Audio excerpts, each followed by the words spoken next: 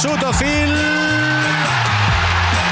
Alexis, vaya mano y el remate a gol de Lacazette. 1-0 Arsenal, Lacazette.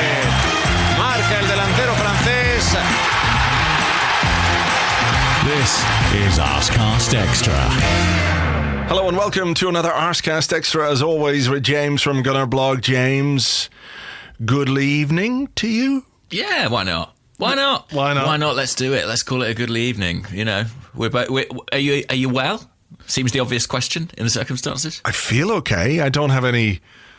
Oh, now that you say it, I'm. I feel like I might have a little bit of a dry cough, but I don't have a fever. Well, there you go. I can't imagine it's anything bad. As far as I'm aware, there's nothing troubling going on in the outside nothing world. Going on. And you, I mean, I suppose, given your track record I'm a time bomb, aren't I? Waiting to happen. I mean, the smart money's all on me.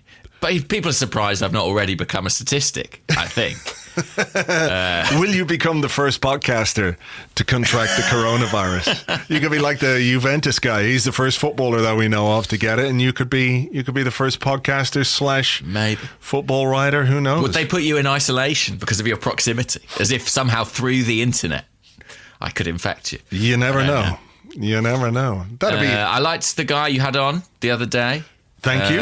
Yes. I have to say, my friend Annie McGraw, said that when you introduced a guest, and you were like, and this guy's coming on, and he's a scientific expert, and he studies, biology, and he's going to talk about it. She thought it was going to be me doing a character, which would have been very funny if it was just me, like, doing a silly voice, pretending to know about science. I feel like that might have been somewhat irresponsible to do that. No, everything's fine. Look, go out. You know what you should do? Just all go out and spit in each other's mouths. That's how you get rid of this coronavirus thing.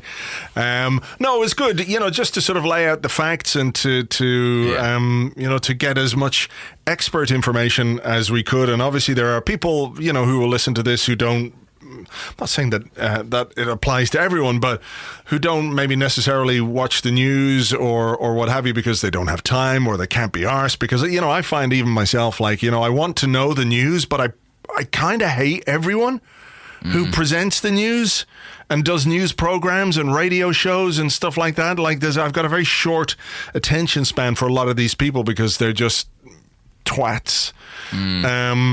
So, if it helps some people understand what's going on and to understand coronavirus a bit more and to use the platform for something good, then I'm, delighted to do that. And the feedback from it has been really excellent. So if you haven't listened to it, it's a podcast, well, in your podcast app, just listen to the one before this one.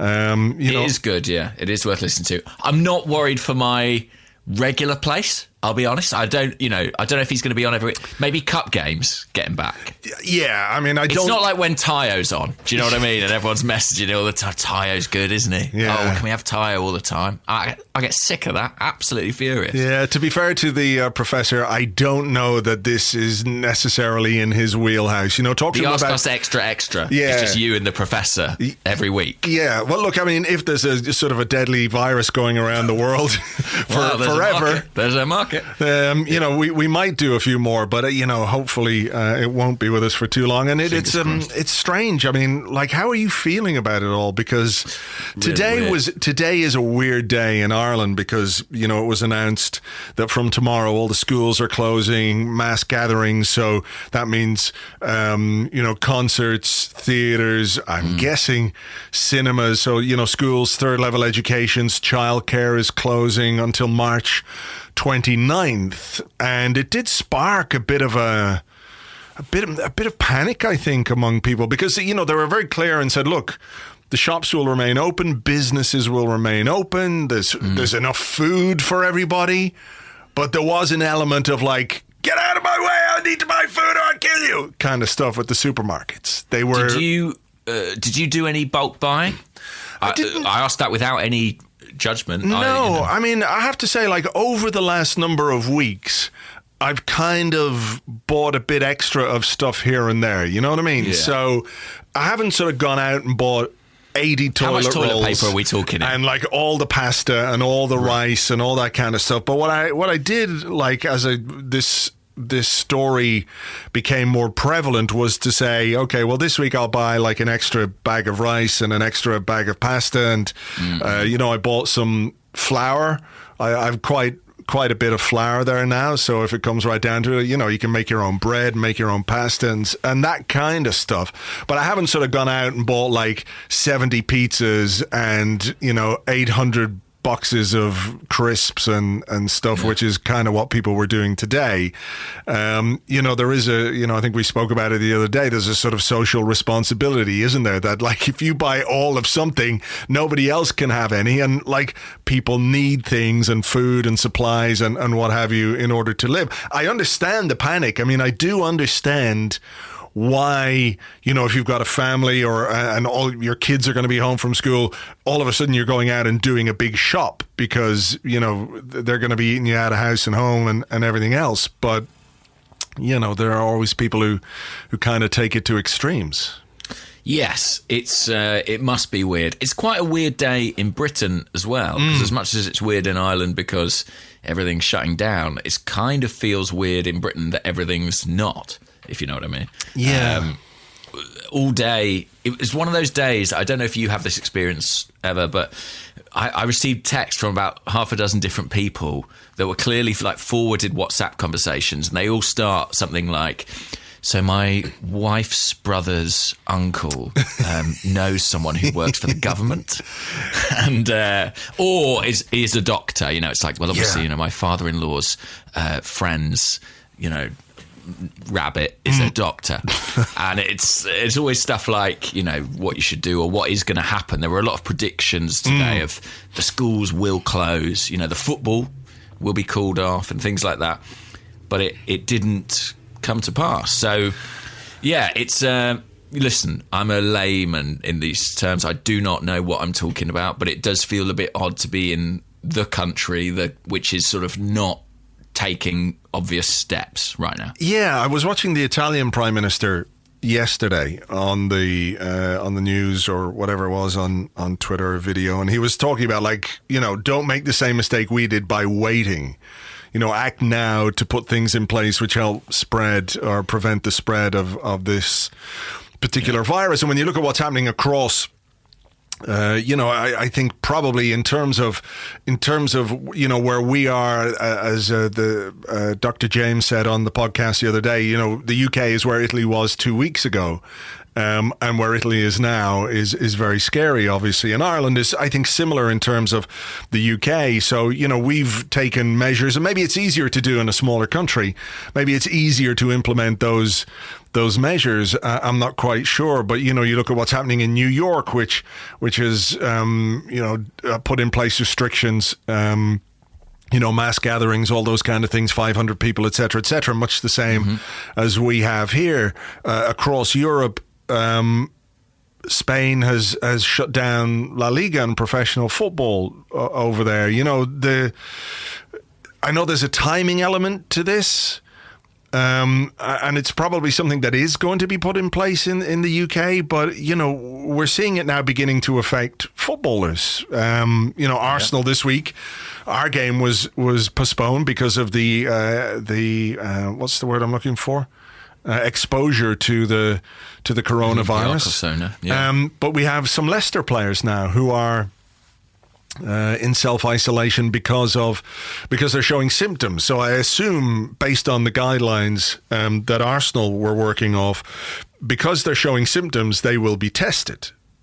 So if they're tested and it turns out they have it, what does that mean for the rest of the Leicester squad? Or what does it mean for the rest of the Premier League? And how can you maintain a kind of sporting integrity? Like, imagine if one club or one squad of players is sidelined because, X amount of them have been tested positive for the coronavirus.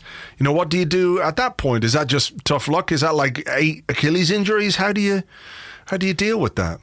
Yeah, there are so many competitive implications. I mean, I saw someone making the point online that I thought was interesting, which was kind of even taking the games behind closed doors, I think does raise questions over whether that's fair, because playing a game away from home in an empty stadium is potentially an easier prospect than playing it in a full one. Yeah, I liked. I don't know if you heard Ken Early on the Second Captain's podcast, who was going, well, maybe there's an upside to this. Maybe some of the players who are really shy will find it much easier to play without the gaze of 60,000 people upon them. They might come out of their shells and be brilliant. Tongue in cheek, obviously. But yeah, I mean, there is that element, isn't there, to the games. Like if you're going away to, wherever, Tottenham or Manchester United or whatever it might be, if you don't have their fans, maybe it makes it easier. I mean, listen, while we're on it, I think seeing games behind closed doors is kind of, it's not really what anybody wants. That isn't football that we know and love. If it does happen, and it is already happening, actually, I don't know why I say if, the nice thing is the cameras sort of pick up things that players say and stuff like that. You get like a weird insight into how they communicate on the field. Yeah. But that is the slimmest of sort of silver linings. Yeah, it really is. I mean, I was watching the PSG Dortmund game for a while last night, and my French is not great, but all I could hear was allez, from the sidelines, and then there was, I think, a Spanish left back or someone was talking to him in Spanish where he had the ball, and they just sort of shouted at him, "Portero!" and like to go back to the keeper. He didn't in the end, but it would be interesting for about at least a half of football to hear what they say to each other. Yeah, and then you'd be not like, much more than that. Then you'd be probably, the stuff footballers shout at each other in the thick of it is probably not particularly poetic, is it? No. I mean, imagine and apologies if you heard any bad language there on the pitch. And apologies if you heard any bad language there on the pitch. Yeah. There'd be a lot of that going on. There would be. It is absolutely surreal, and it was surreal watching that PSG game and the atmosphere that was played in. It feels very odd to me that Brighton host Arsenal on Saturday and that's all set to go. I'm due to be there covering the game, and I must confess, all week I've kind of thought, I don't think that's going to happen, is it? But now it seems it is, and that raises questions about what's the responsible thing to do for fans, for people working there. It's weird. It's a weird old time. And it is weird because even if, the advice is right now, let's not close down football, it doesn't rule out the possibility that some of the people who are going to that game on Saturday, whether it's Brighton versus Arsenal or any of the other games that are going to take place across the UK, are free of this thing, that it's I know there's every time you say, look, close down football, people will say, well, the people will congregate elsewhere to watch the games, as the PSG fans did. They just, all met up and, made noise outside the stadium while one or two of them, sneezed and gave the virus to a few more of them and it spread that way or whatever, But it's like, well, they'll meet somewhere else, or you've got to get places, so why isn't public transport closed down and those sort of things? But I guess it's about, the necessity of those things. Do you have to go to a football game, but do you have to get the tube to go to work or whatever it might be? So yeah, it's leisure football ultimately, as much as it is massively important to us and to everybody. And you're right. I mean, who knows who's carrying what? I mean, in the UK, I think nearly just under 30,000 people have been tested. I mean, that is a minuscule fraction of the population, and that's barely one full Premier League stadium. And I mean, it's interesting. We're seeing these footballers might have it, or a couple of famous people have tested positive for it, or politicians. And I sort of think, well, that's because they're the people getting tested. Do you know what I mean? There must be so many more carrying it that we don't know about. Well, that's exactly it. I saw that the tweet from Arsenal fan at JBaseball44, asking how is this possible. He's quoting a tweet which says that the CDC only tested 77 people in the US. 77 people. In a country the size of the US. So, the amount of cases are growing. I mean, in Ireland, I think we had an extra 21 cases or something in the last couple of days, and exponentially that's going to apply to the UK as well. So yeah, I don't know. I mean, I guess at this point there's a level of personal responsibility as well, isn't there? That people who feel like it might be a risky thing for them to go to the game, maybe not even necessarily for themselves, but for somebody in their family or somebody else around them. But where do you draw the line there? Like, if you don't necessarily have an elderly relative that might be vulnerable to this thing, but you get a taxi home, or you get on the bus or whatever it might be, and the person you sit behind or in front of or whatever, they might be it's really, really difficult to know quite where the level of responsibility is for things like this. And it's not necessarily just being in a stadium, is it, with somebody? It's the fact that, would it be fair to say that toilets in football stadiums aren't necessarily the most hygienic of places? And no. And are people going to queue to wash their hands and mean they miss 10 minutes of a game? I don't think so. And sometimes it can take 10 minutes to queue to get to the urinal in the first place. You're not going to queue another 10 minutes. Yeah. Take your hand sanitizer, I guess, is the advice. You can't. I bought it all. Yeah, I mean, that's the issue. Yeah. But it is a very odd period, and I agree with you that timing appears to be the issue here. Like, I will declare a bias. Like, I have no love for the current UK government or the Prime Minister. So, there's an element of bias there that I have to make clear. But I accept that they presumably feel that they are going to have to implement these measures at some point, and it's about when they do it to best manage the situation. And unfortunately, we don't have hindsight at this point. It may be that they're correct. It just feels odd to be the odd nation out, as it were. Yeah, the outlier.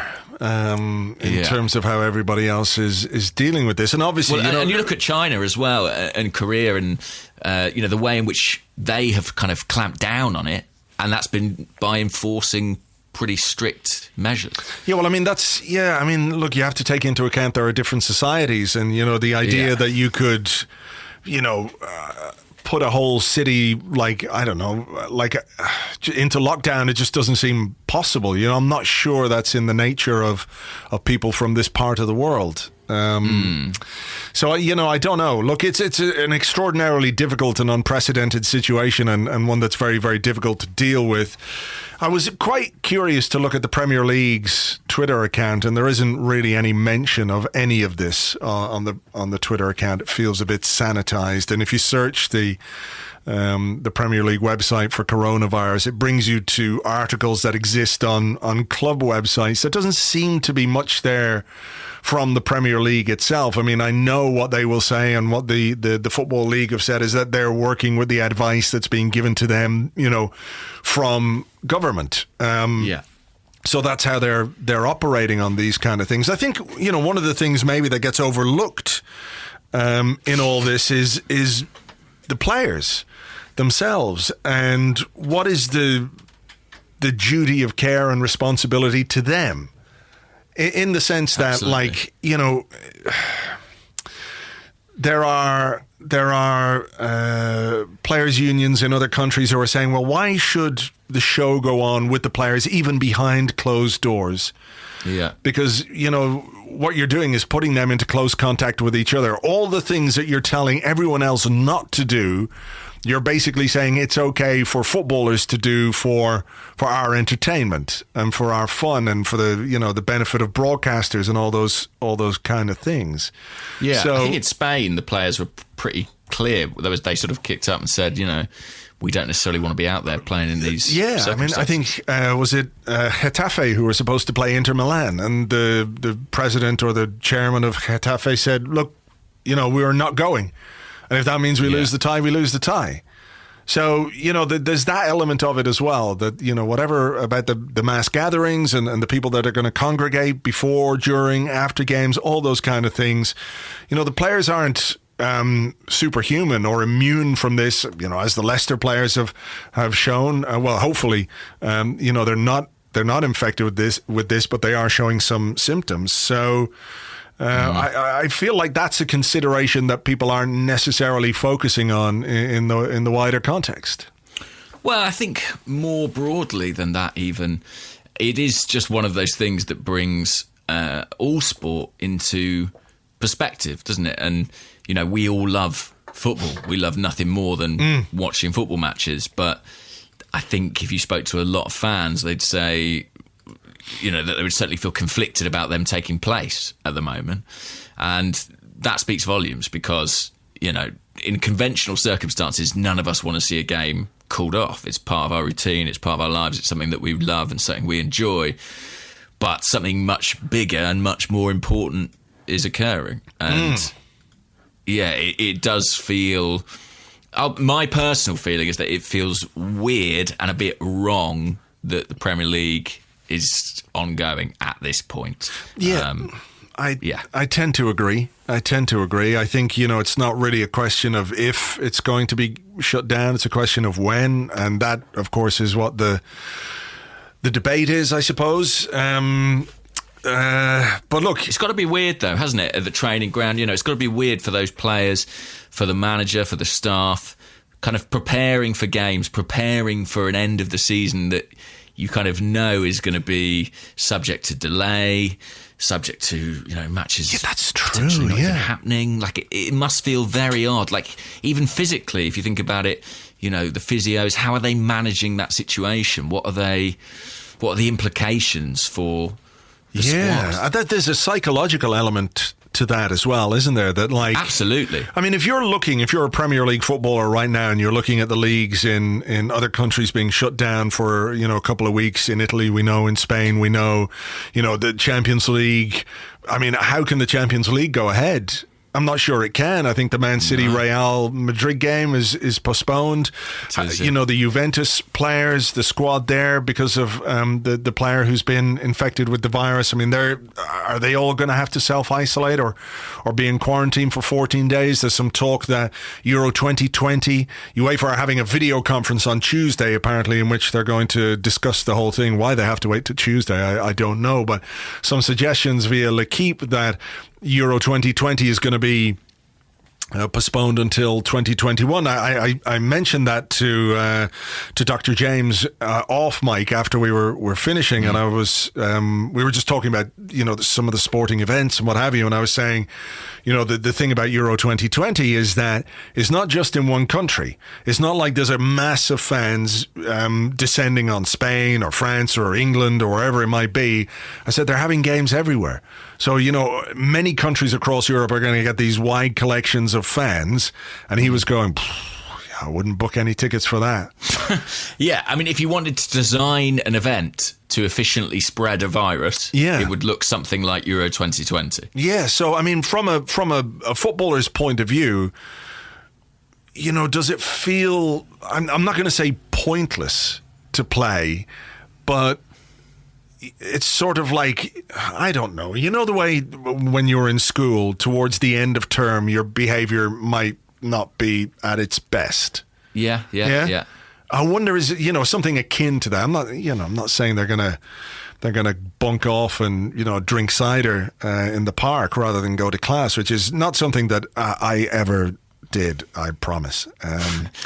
I know what you mean, though. That thing that happens to teams when they're sort of safely ensconced in mid-table, you know, with a few games to go. Yeah. I mean, that's going to kick in straight away. It's going to be fascinating to see how motivated teams look, because even the Euros being postponed, that could be a big factor in some people's psychology. I mean, when we read about Hector Bellerin and his groin injury he's carrying, one of the reasons they said that he doesn't want to undergo any surgery or anything like that, prolonged rehab, is because he's got Euro 2020 in mind. Well, I'm pretty sure you can cross that off his list soon. Yeah. And, yeah, it's so mad, you know, to be experiencing this as a fan. It's really unprecedented in my conscious lifetime. Well, all of our lifetime. I mean, you know, I've never seen anything like this, and you know, we can talk about it from a footballing point of view, and obviously a societal and a human point of view as well. There are issues with this, and it seems, sometimes almost churlish to sort of talk about, well, what's the effect going to be on football when there are people dying? They had a journalist from Parma on Second Captains actually the other day, and it's, he was saying it's quite eerie there because it's a walled city and everything is sort of shut down and people aren't going out. But the other reality of that is that people are literally dying. They're dying in their houses and they're removed and separated from their loved ones, and nobody can go near them. And just the reality of that is, it makes you stop and think about, just it's hard to get your head around in a way. This idea that, well, look, it's happening there. It's somewhere in the distance. If it happens in China or if it happens in Italy or if it happens in South America or whatever it is, you kind of feel slightly removed from it. But the reality of this thing is going to happen here and there where you are. It's going to happen in Ireland. It's going to happen in the UK. We've had Boris Johnson. We've had our first death. Yeah. Yeah. Well, I'm sorry to hear it. Boris Johnson in his address, I think I might be slightly paraphrasing, but he basically said people are going to lose their loved ones before their time. I mean, you can't really put it more plainly than that. And it is grim. It is grim reading. And it's, it also, I mean, without wishing to sort of get too existential about it, fuck me, it makes you think about sort of the fragility of of everything. Yeah. Yeah, it does, because, we sort of have this, like, the world works the way it works, and it's always worked that way, and we've always known it that way, and then something comes along that puts a spoke in the wheel, and you're like, whoa, what the fuck? This is not how it's supposed to happen. And maybe that's what happens with societies and stuff. You get this sort of correction, or, it makes you think about things in a different way. But like, even stuff like supply chains and food, and like what happens if you can't get from one place to the other, or trucks can't get there, or, all this sort of stuff. Maybe it has to change the way we think about the way we live. And, I'm not going to say that this is a positive thing in any way, but maybe there are things that we can learn from events like this, which might hopefully make the world a better place when we get to the far side of them. I do think that. I think that at this stage it's possible to say that. I mean, who knows what's to come, but seeing the way kind of coordinated action can happen, across country, and people can come together, it does make you maybe potentially a tiny bit more optimistic for things like the environmental issues, the climate crisis, how that might be dealt with. But I guess I suppose the cynic in me says, how much of what's happening is influenced by commercial concerns, and even the fact that things like football are carrying on, is that business dictating that rather than anything else? Obviously you hope not, but you hope not. That way. Yeah, it's hard not to be a little bit cynical in that regard. But look, before we get to the end of part one, because we have a match tomorrow. We have a match, I know. We have a match, and it seems weird, and it seems, I wasn't 100% sure this thing was going to go ahead. I thought it might go ahead behind closed doors. I didn't think it was going to go ahead as normal, but it is going ahead. We seem to have a clean bill of health. I mean, can you get your mind onto this? I'm just sitting here going like, right, we should talk a little bit about the game, because it's a game, and that's why we're here, and and I'm struggling to kind of get my head around the concept of a football match when all this other stuff is going on. Yes, I feel the same. It's kind of, it's surreal that we're playing. I can't quite believe it's going to be in a full stadium, but there you go. I mean, I suppose one thing I should say is that in these slightly morbid times, and in times where people's freedom will be limited, they might look, of course, naturally people look to entertainment. They look to things that are going to help sustain them in that. And to that extent, the fact that a match is happening. It gives people, hopefully it brings some people some happiness. That's there is something to be said for that. It all depends on you, Mustafi. Yeah.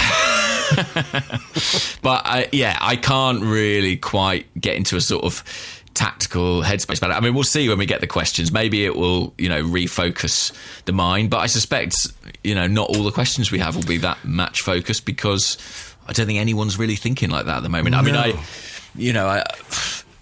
you'll know yourself. You've been writing your blog, and inevitably this issue is what dominates, because it's very hard to talk about, well, who should we play up front, or what's the best centre-back combination when your mind's consumed with the news cycle and everything that's going on. Yeah. What is happening with Martinelli? Well, I don't know, but there's a lot of other shit going on that I got to think about. What is our best 11 though? Oh my God! Not even a deadly plague can wipe out that question from our existence. Maybe we should do it if we've got it today. Maybe we will. Okay. Well, let's try pick a team then for tomorrow. Let's do that. Let's pick a team. Okay. Yeah. We've come this far. Okay. Look, it's going to be Leno. Assuming he's fit, it's going to be Hector, isn't it? I think so. Yeah. So he didn't play the last game, did he? And I thought he would start at Man City, which of course didn't happen. But we found out about his groin. We found out about his groin, but I think my understanding is it's sort of manageable. I think it will be Hector, yeah. Especially because it's probably going to be our last game for quite a long time. Just give him a game. Doesn't matter. Yeah. Centre halves, Luiz and Marie, or Mustafi and Luiz? What's the Mustafi situation? Is he... He's available? Yeah, I think so. He had a tight thigh and he was being assessed ahead of the Man City game in midweek, but... you might say that the Luiz Marie combination wasn't the most secure against West Ham. I mean, they had plenty of chances. It's not just down to the central defenders, I know. So it's not. I'm not just saying because of those guys, but I do wonder if that would be in Arteta's thinking. Apparently, Mustafi and Cedric are now back in full training, and Kieran Tierney as well. I think it will be Mustafi over Pablo Marie, I have to say. Not that he's done anything exceptionally wrong. I just have a feeling that Arteta does like that Mustafi-Luiz combo. So what do you reckon? I think it will probably be Mustafi as well. And then I guess Saka at left back. I would think so, yeah. I think it'll be Ceballos and Xhaka. Probably. Mesut Ozil away from home. I know. I mean, if anyone's going to have a cold, it's this guy. But I think the joke had to be made. I'm sorry, Mesut. No, I was sitting here going, will I? I was going, no, I won't. James will do it, I'm sure. I mean, any excuse. I think he'll play. And I think it'll be... Pepe and Aubameyang, and then I think it'll be Lacazette. Actually, I think it'll be Aubameyang, Lacazette, and Nelson. I think that's a decent shout. I do think Lacazette will play. Yeah, I do too. Especially because he's had a bit of a break. But I think, and we know how good his goal scoring record is away from home, of course, famously. Yes. It's been a while. I mean, law of averages is on our side here. He has to score eventually. True. I mean, Nelson to play would be interesting. I wouldn't oppose that as much as I do like Pepe. I think he would bring something different. And look, maybe we dodged a bullet playing City off the back of that Manchester derby the other day. Chances are we're not going to have to play them at all. Well, not for a while anyway. Not for a while. I mean, there are other things to think about here as well. Maybe we'll talk about those in part 2. Okay. Those are our predictions for the team tomorrow. We'll see what happens. But we will take a little break here. Join us after part 2 with some questions from Twitter and our Discord right after this.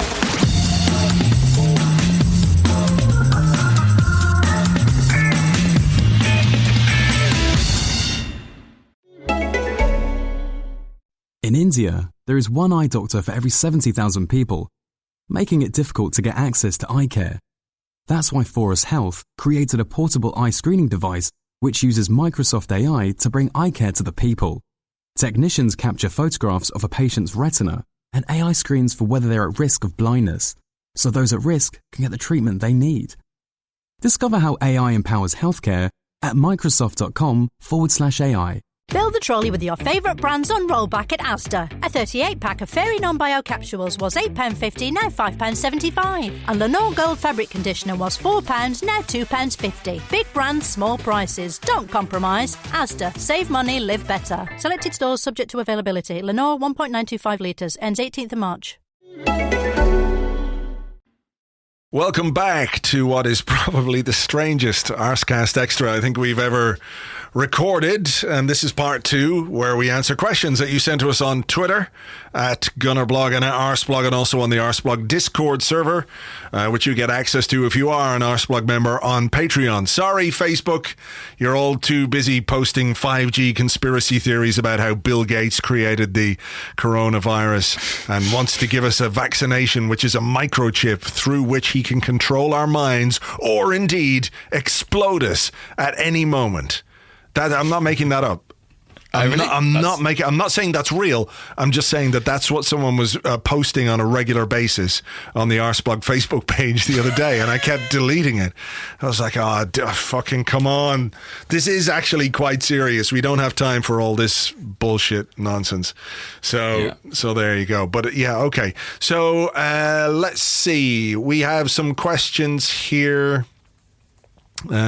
Mark in Malta, by the way, says, just pointing out the irony that in your last Waffle podcast you were debating what you would do if you were the last person on Earth, and then 2 weeks later I knew that on some level we would have jinxed this whole thing. It's always the case. Yeah, we should have known better. We're such fools. We've got to be more careful with our powers. That is interesting though, isn't it? I mean, I don't think... Imagine if we were the last, though. That'd be a turn up for the books. It would be weird, wouldn't it? It'd be very weird. Like, I mean, if you were there and I was here, there wouldn't be any internet. Like, let's say we were both aware of the fact that we were the last two people on Earth. I think we'd have to journey to find each other. I mean, that's a film. That is a film. I mean, there's no one to film it. There's no lighting director. No, I can film it on my phone. Just me on this quest. Yeah. It's like The Road by Cormac McCarthy or something. Just like, trudging. But how would we do it? I mean, there's no flights. The Irish Sea is a bit choppy. Because I remember as a kid coming across from England, when we lived in England, coming across to Ireland. You get the ferry from Liverpool. The old 8-9 hours it took to get from Liverpool to Dublin. Is it that long? Yeah. Maybe, yeah. I mean, I know there's the quick ferry now. You go from Dublin Port to Holyhead is like a couple of hours or whatever it is. Yeah. But the old ferry, you'd get cabins and you'd stay the night on the ferry and stuff like that.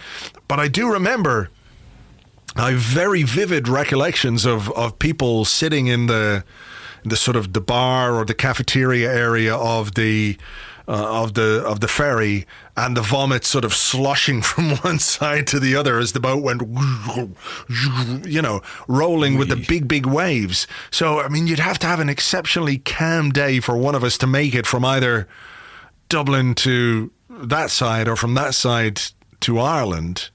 I think Imagine if we did meet in the middle, in the water. We were swimming. And then we just bumped into each other. Knocked each other unconscious and died. Yeah, and that's how that ends. That's how it ended. That's how the human race ends. Yes, it could happen. Look, what about this question here? Okay. It's from George Michael, which, I'll be honest, has surprised me. This is getting more surreal. I didn't know he followed football. Especially from where he is right now. Beyond the grave. He's done well to get in touch. He's kept his Twitter account active. Fair play. At @ByCuriousGeorge is his username. And George, he's spelt by BY, but we can all see what he's getting at. George says, I know it's only been a couple of games and he is here on loan, but given it's expected the deal will be permanent, Are we ready to confirm that Pablo Mari has filled the void as the resident hot guy at Arsenal? Hashtag tall, dark and handsome. Look, he seems to be he's a handsome man. There's no question. Like, when I'm looking through the squad, because we took a bit of a hit, didn't we? We lost Giroud, we lost Ramsey, and I'm not sure we necessarily replaced them with. Yeah, I mean, I'm looking at the squad and I'm thinking, because who else is? I mean, Callum Chambers, I think, is pretty handsome. But he's a fair man, and that doesn't generally fare as well, you know. Yeah, look, tall, dark and handsome. Yeah, look, I have to say, in fairness, that the squad pictures that they've done for this year don't do anyone any favours. I'm looking through now, and you're absolutely right. They all look a bit like they've been sort of face swapped, don't they? Very slightly. And, you know, we love Stu and we love David Price. You know, we love you guys. We love you. But, you know, the pictures, I don't know. They don't do anyone any favours. That's all I'm saying. Particularly Hector. Anyway. They're worth looking at, by the way, because there's some really funny expressions. So if you go to the midfield section, I don't know if you've got it in front of you now. Yeah, I do. But look at someone like Matteo Guendouzi, right? He's absolutely smiling away, having a great time. Look at Ainsley Maitland-Niles, really smiling, almost as if he didn't know what was going to happen to him in the second half of this season. Look at Dani Ceballos. Dani Ceballos is looking like... I don't know. He's like, why? What's happening? Who's this camera, man? What is that Pricey in the background? Is he trying to do keepy ups? What the fuck? I mean, genuinely, I don't know what the Arsenal photographer was doing to provoke that facial expression from Dani Ceballos. You have to go and look at it. He's so bemused by what's going on. And beside him, Mesut Ozil, it's like someone has just told him you're getting a 4-year extension to your contract. Yeah. He's laughing all the way to the bank. Joe Willock, I mean, they've just got him out of bed for his, I think. Yeah. I mean, Xhaka looks happy. Laka or Aubameyang looks happy as always. Nicolas Pepe is a bit brooding, isn't he? He's brooding. I think I've actually noticed a pattern, which is that a lot of the summer signings aren't smiling. So Ceballos, Pepe, Martinelli. Like, did they have theirs done at a different time and there wasn't the briefing of make sure you're smiling manically in the first team photo? Maybe. Who knows? Saliba also looking very stern in his, next to a positively grinning Mavropanos and El Neni. El Neni. He's a happy lad. He's a grand time, doesn't he? Yeah, he's having a lovely old time.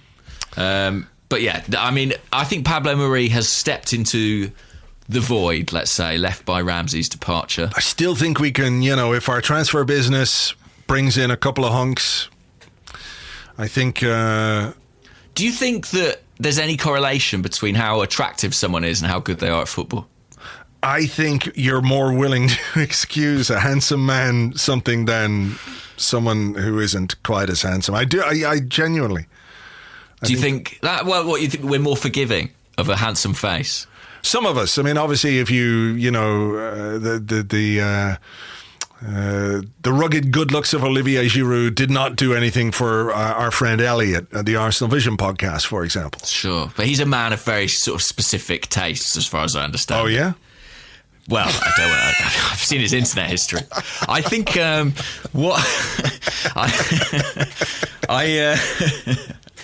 hello, Elliot, if you're listening. I think, I mean, if Mesut Ozil looked like David Beckham, would he be perceived differently? It's an interesting question. It certainly is. It certainly is. And I'm not going to say that I had a very large pink cocktail with Elliot this summer in Los Angeles. Yeah. I'm not. There was a great photo of him and Tim from Arse to Mouse. Did you see that? I did, yeah. They looked like they were heading out for a grand old night together. Grand old night in Las Vegas. I mean, to be fair, wow, what a life to be living. I was sort of jealous I wasn't there. The more the merrier. Yeah. But, yeah. Yeah. So, anyway, we're undecided on that, I think. Are we? Oh, I think we're decided. I think he's the hot guy, but he could do with more support. That's what I'm saying. Yeah, okay. Well, look, Raul, sort it out. Yeah. Sort it out. Your agent mates must know someone handsome. Someone else handsome. Exactly. Okay, here's a question. Oh, Arsenal Puzzles responded to your picture of a magpie, fairly serious-looking magpie, saying, was that COVID-19? Which, of course... Oh, yeah. Yeah. I enjoyed that. There was a few other bird puns about it.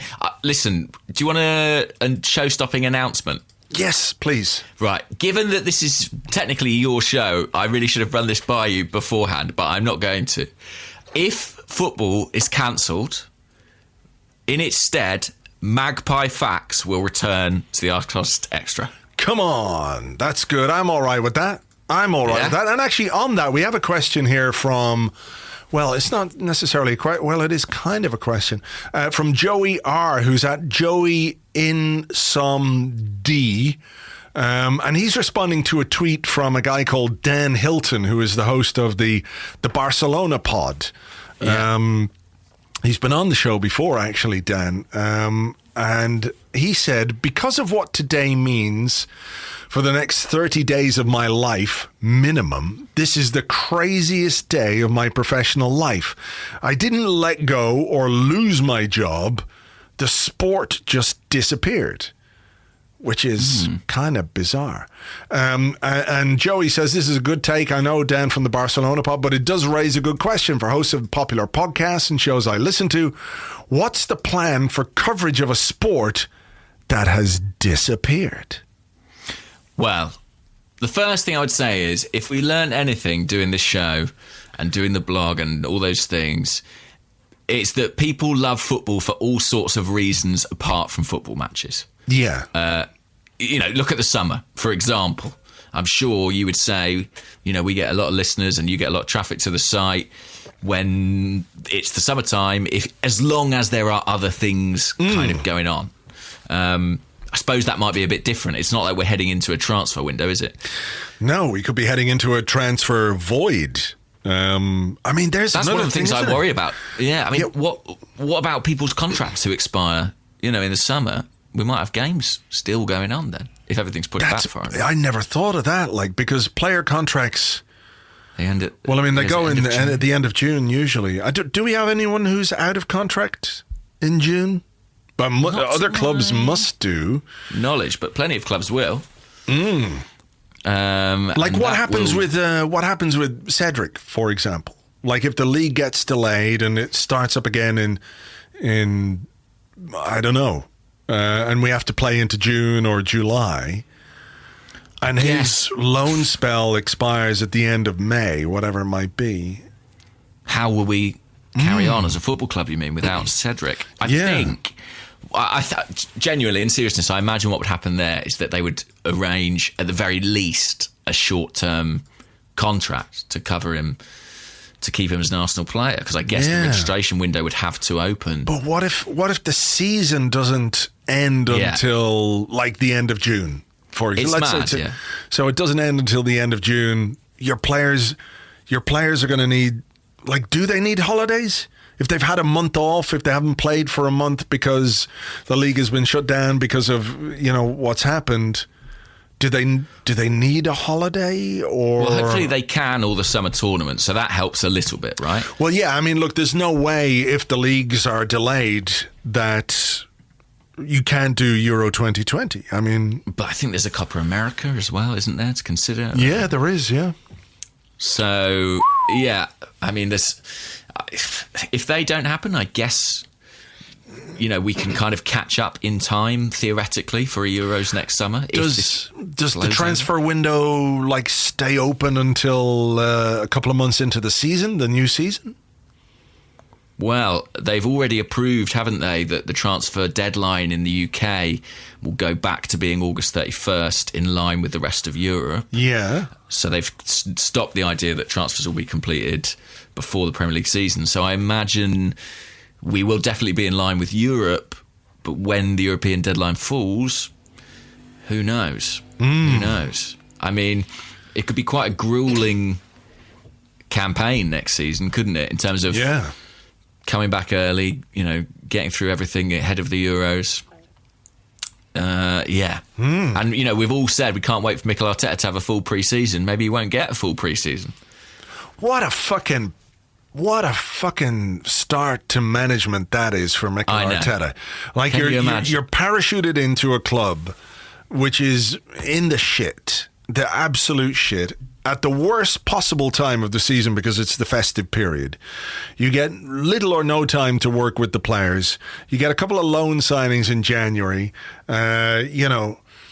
You're trying to pick up the pieces of something, and then you think, okay, well, look, we'll get to May, and we'll see what happens, and then the world will carry on as normal, and then we can bring in some new players, make some signings, sell some players, get a preseason together, work together, get what I want to do in this new season, and then it's like, well, actually, no, there's a deadly virus that is going to kill lots of people, and as such, you're not going to have those things. You're just going to have to roll with the punches. I mean, that's a tough start to your managerial life, isn't it? Yeah, it is. It is, as if inheriting sort of the squad and the situation that he did at Arsenal wasn't weird enough. I mean, I suppose small mercies, really, but as Arsenal fans, maybe we should be a tiny bit grateful, a tiny bit relieved that if this season were to completely go up in smoke, I don't think too many of us would be too sorry about that, would we? Well, it all depends what happens. I mean, we had some questions here on the Discord, if I can just find them here. Bum, bum, bum.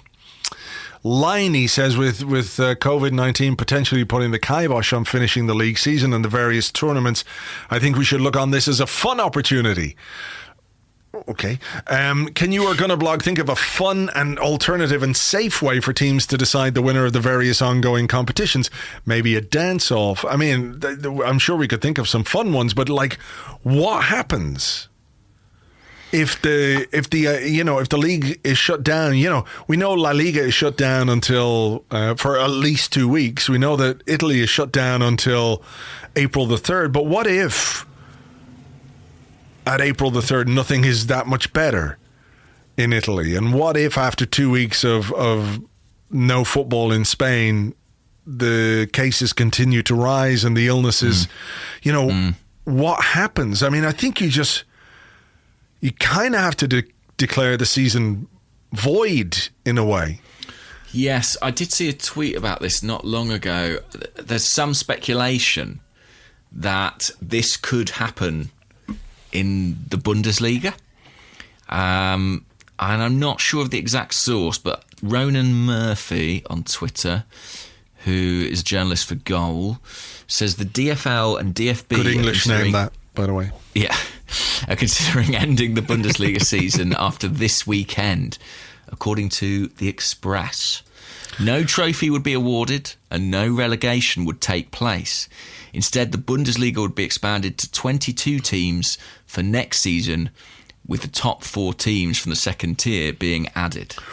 Wow, because the implications are mad, aren't they? Because the implications for Liverpool are substantial, aren't they? Well, exactly. But I mean, you look at the league table and you say, well, look, Liverpool are the champions. There's no question that Liverpool are the champions. But if you declare Liverpool the champions, surely you then have to declare all the other stuff, like who gets into Europe, who gets relegated, who gets promoted. Yeah. So the idea that if things stretch out a bit, you can only declare the champions seems really weird to me.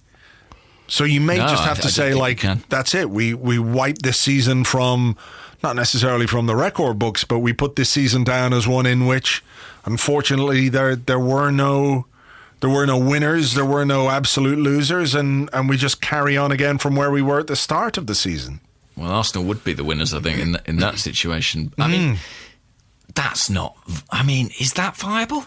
But how do you make it fair? How can you legitimately make it fair? I guess you have to end it or void it, don't you? Nothing in between. You play the games, or if you can't play the games, then it's void. It seems to me, anyway. I think that's right. Yeah, I think that is right. And there are implications for fans as well, because fans have paid for their season tickets. And Yeah, I mean, I'm curious to see how that all works with people getting refunded. Somebody sent me something. Paul Davies, our friend, who sent us something which basically says that the club aren't necessarily liable to refund people if games can't be played for whatever reason. It would seem extremely the wrong thing to do to just say, well, we don't have to refund you your money, because that's in the terms and conditions. Yeah, there's a sort of moral obligation, isn't there, when this thing is sweeping the globe that's out of everybody's hands. It would seem like the wrong thing to do to keep people's money. Yes, I haven't asked the club about this directly, but I will do. But my understanding is that is effectively there to protect the club in situations where, like, the conduct of certain fans leads to a game being called off. Okay. If, I don't know if the UEFA sort of give out a suspension because we set off a load of flares or something like that. But you would like to think that as a gesture of goodwill, any necessary refunds do take place. Now, that's going to cost the club more money. We were worried about a cup credit that Arsenal might have to pay back at the end of the season. Wow. Well, how many games is it? 10 games left in the Premier League. Wow. A fair chunk of change. That's a lot of money. I wonder, do they have insurance for something like this? It's so few insurance policies, I think, from my understanding, cover this. I don't know, but is this an act of God type thing? I don't know if it qualifies or not. I have to say, actually, I don't really know what I'm talking about at this point. We need another expert on it. We need an insurance expert. Any insurance brokers out there? Because if there's one thing people love to talk about and listen to on a podcast, it's insurance. Let's push people's patience. Do you know what I mean? It's like, let's see what we can get away with now. Well, we get sponsors, I guess, for that one. Yeah. What about this then from I'm Merc on Twitter, who says, hi, Arseblog and Gunnerblog. Hello. Hello. Would you support the Premier League season finishing the remaining games behind closed doors? What if the alternative was cancelling the rest of the games? Again, it's hard to say without the external factors, but I think if Premier League games are being played behind closed doors, it means that all games are being played behind closed doors. That's a fair assumption to make, isn't it? Not just Premier League games, but the games in the Championship, League One and League Two and all those kind of things. Yeah. Like League One, League Two clubs are much dirtier and grubbier than Arsenal fans. They'll pass the diseases on the easiest. Oh, my God.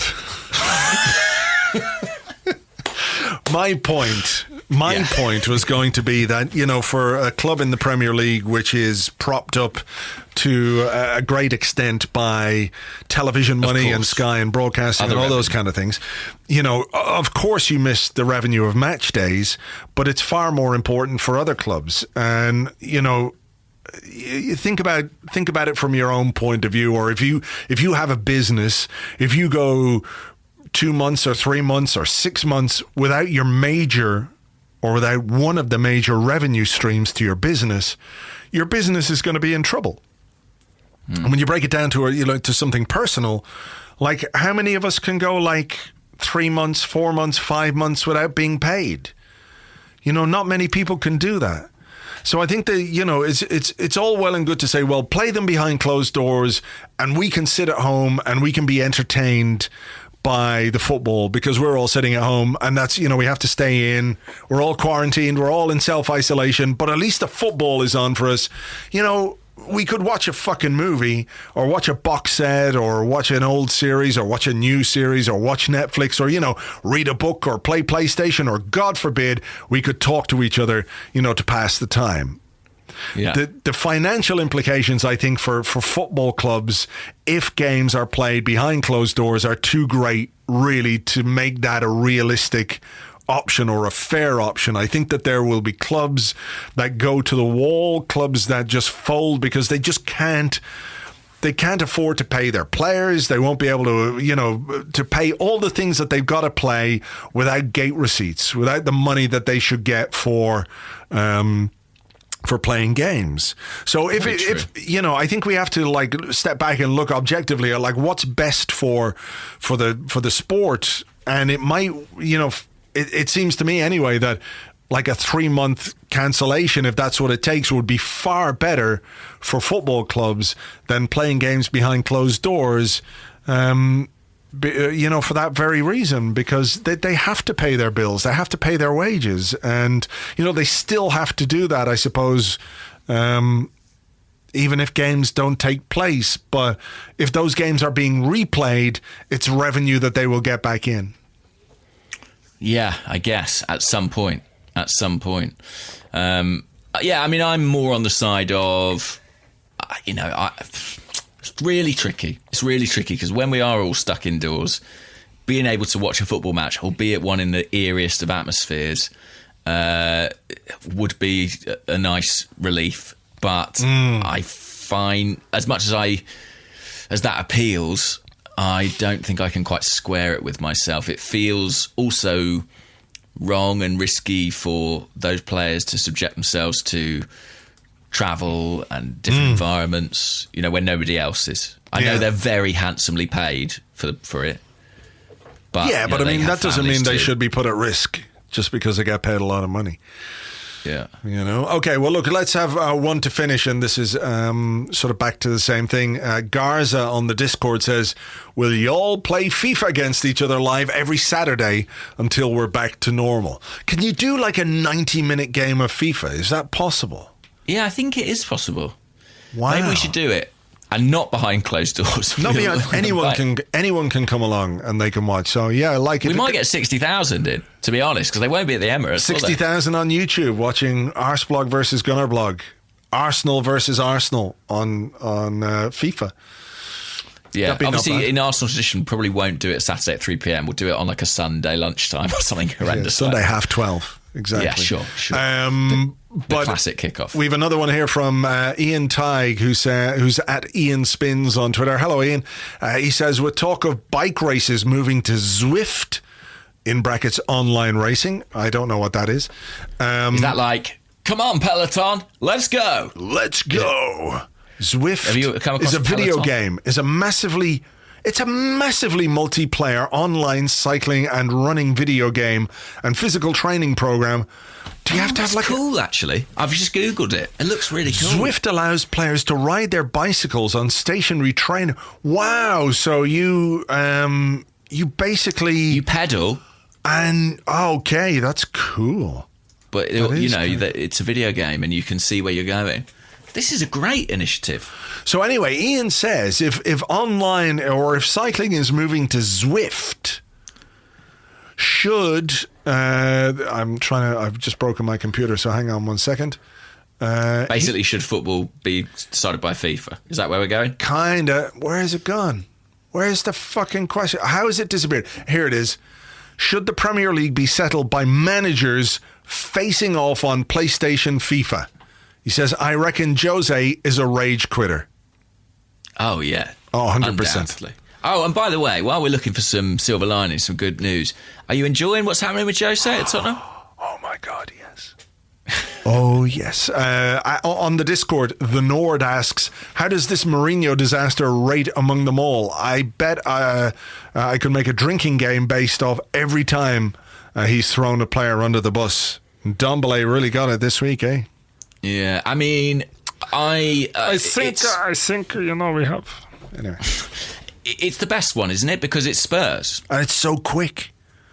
It's so quick. I know, absolutely extraordinary. I'm thoroughly enjoying it. If anything, that's the main reason I have to want the season to continue.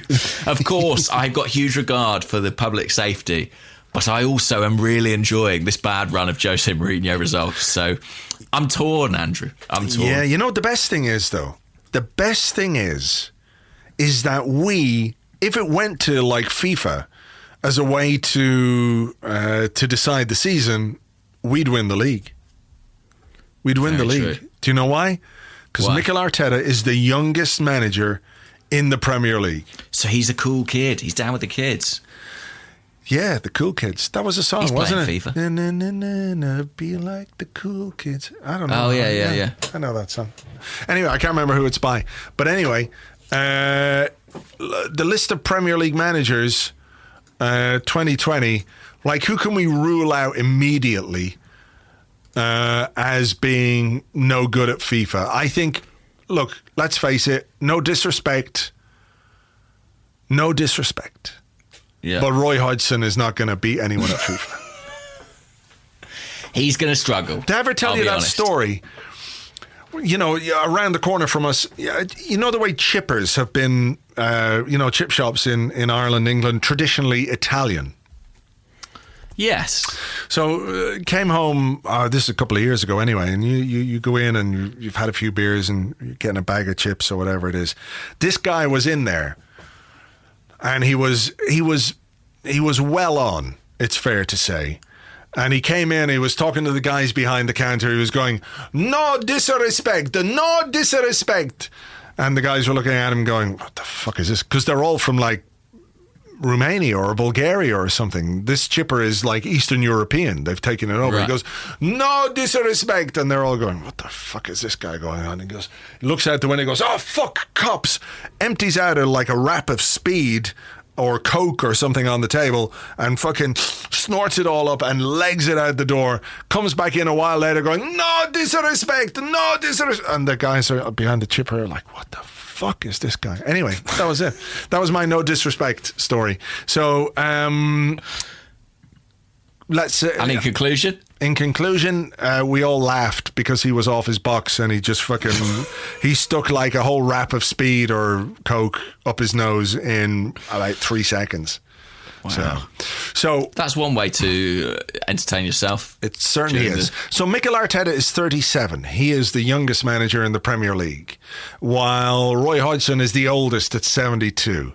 Like is Steve Arteta Bruce isn't going to be good, is he? No. His thumbs are too fat. He can't press It's the not right good. buttons. Sean Dyche, fucking PlayStation, dog. Fuck. No, Yeah, he's not having any of that. Chris He doesn't Wilder. even have broadband. Yeah. Chris Wilder.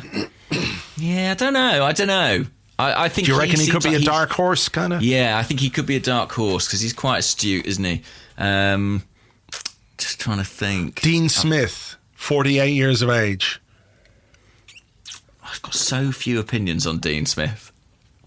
Do you? Do you know why? Because I look at the Aston Villa bench and I can't look past the horror that is John Terry. That's true. That's true. Frank Lampard, he's quite young. He's got to have played a bit of FIFA. Do you reckon? Do you think? Maybe. I would say so. How old is Frank Lampard? He's 41. Yeah, he could be good. Graham Potter, who is the Brighton manager, isn't he? Yeah. Klopp would be good, 44. I reckon. Do you reckon Klopp plays video games? I'm not sure he does. Do you not think? No. I think he sort of probably does to try and be mates with everyone, but maybe not. Daniel Guardiola? Farke. No, Pep doesn't do video games. He sits in his attic, you know. Rocking back and forth. Exactly, rocking back and forth, trying to work out tactics by candlelight. He does it by candlelight because Eddie Howe would be all right, wouldn't he? I reckon, yeah, 42 years of age. He'd have a go at How least. is Sean Dyche only 48? I'm 48. Oh, you're the same age as Sean Dyche. Yeah, that's mental. That is mad, isn't it? Yeah, it is weird when you find out stuff like that. Ralph It's weird that Hasenhüttl. Arsenal's manager is younger than you, isn't it? Yeah, way weird. Ralph Hasenhüttl, do you think he does a bit of video gaming? I'd say he does VR stuff, PlayStation VR. I reckon he's playing that bike game, to be honest. Yeah, Brendan. What about Brendan? Ooh, Brendan. I'd say Brendan Rodgers. The only video game he plays is strip poker on a Commodore 64. That's a horrible. And he's the one that strips. Sure. He plays himself, and he just strips. And he's going, ooh, Brendan. Oh, Sorry. I don't know if I like it. Actually. Carlo Ancelotti, 60 years of age. I don't think he's playing FIFA. No. David Moyes. No way. He wouldn't tolerate it. Nigel Pearson. Come on, mate. He'd just stamp on the PlayStation and, boot it. Ole Gunnar Solskjaer? Maybe. I mean, like, he was a player probably on a PlayStation at some point. I reckon if you've been on a game, if you've been on a PlayStation game, surely you've had a go at it to see how crap you were or how good you were. I was on FIFA for a while. Andrew Mangan was on FIFA. Yeah. It wasn't me, though. When you make your own player, but it was Fleetwood and Altrincham and all those kind of things. But when you make your own player and you go, is my name here in the commentary? And for a long time, it wasn't. And then it was for a while, and then it's not again. And I have to choose Mangani, whoever he is. I don't know who Mangani is. I think who he is plays Mangani? in France, actually. I think I came across him on Football Manager and thought, I bet that's who Andrew uses for his... Mangani footballer, Thomas Mangani. He is a French footballer who plays for Angers. There you go. Angers. Let's have a look at him. Yeah. 32. 32. Thomas Mangani. That's me. So are we saying with some assurance that Mikel Arteta is going to be the best FIFA guy? Yeah, be the champion. Yeah. Problem solved. All right. So that's how we work it out. That's how the Premier League season... Yeah. Perfect. Mourinho. FIFA tournament. Mourinho's not on FIFA, no, for sure. No way. No way. You just blame all his players all the time. Hey, you know There's what, only so though? many people you can substitute off. Yeah. You know what? There is a game on Monday, so we've got plenty to talk about on Monday. There's a game on Saturday, you mean? Saturday. My apologies. Well, it's a fast-moving situation, Andrew. That's what they keep saying. Yeah. But yeah, in theory, there's a game to talk about. I think there will be. I think there will be a game on Saturday. Could be one of our last of 2020. Well, let's make the most of it. What do we do? What do we do if we've got to pivot to something? You know the way everyone pivoted to video? We're pivoting to video. We're This gonna is a science podcast now, anyway. Science, movies, PlayStations, all those kind of things. We can do like reviews of box sets, all the stuff people want. We'll give you what you want. Yeah, they'll decide. We'll watch old Arsenal videos when we were really good and talk about that. That won't hurt. That's sure to cheer everybody up. All right. Well, look, we'll leave it here. Listen, thank you everyone for listening. Hope you enjoyed the show. Stay well, stay safe, stay sensible, use common sense, all that kind of stuff. And hopefully this thing will be behind us at some point. We'll talk to you on Monday after whatever the fuck happens this weekend against Brighton. So until then, take it easy. Bye-bye.